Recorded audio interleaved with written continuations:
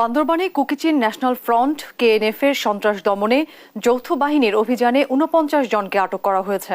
উদ্ধার করা হয়েছে ৭টি দেশি বন্দুক, ২০ রাউন্ড কার্তুজ, কেএনএফ এর ব্যবহৃত পোশাক ও বিভিন্ন সরঞ্জাম।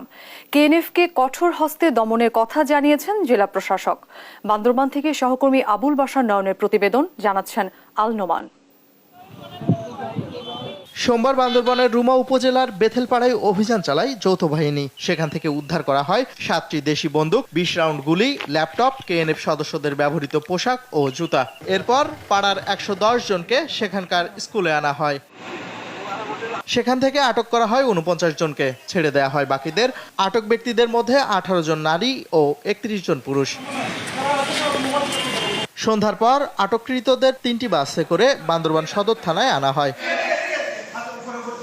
অভিযানে অংশ নিতে বান্দরবানের সেনাবাহিনী, পুলিশ, বিজিবি, র্যাব ও আনসার সহ নিরাপত্তা বাহিনীর সদস্য সংখ্যা বাড়ানো হয়েছে। কেএনএফকে কঠোর হস্তে দমনের কথা জানিয়েছেন জেলা প্রশাসক। ইতিমধ্যে প্রত্যেকটি এলাকায় কিন্তু আইন শৃঙ্খলা তৎপরতা বৃদ্ধি করেছে, জনবল বৃদ্ধি করেছে, আর শক্তি বৃদ্ধি করেছে। আমাদের যে সক্ষমতা রয়েছে এই ছোটখাটো যে বিষয়গুলো, এগুলোকে আমরা খুব বেশি আসলে আমলে নিতে চাই না। আমরা কঠোর হস্তে দমন করতে চাই। কোনো প্রকার পদক্ষেপ যাতে তারা না নিতে পারে সেই ধরনের সার্বিক প্রস্তুতি আমাদের রয়েছে। এর আগে থানসি ও রুমা উপজেলায় সোনালী ব্যাংক ও কৃষি ব্যাংকে ডাকাতির সাথে জড়িত থাকার অভিযোগে সন্দেহভাজন ৩ কেএনএফ সদস্য এবং বাঙালি এক গাড়ি চালককে গ্রেপ্তার করে পুলিশ। জব্দ করে ডাকাতিতে ব্যবহৃত গাড়ি। নিউজ ডেস্ক, দেশ টিভি।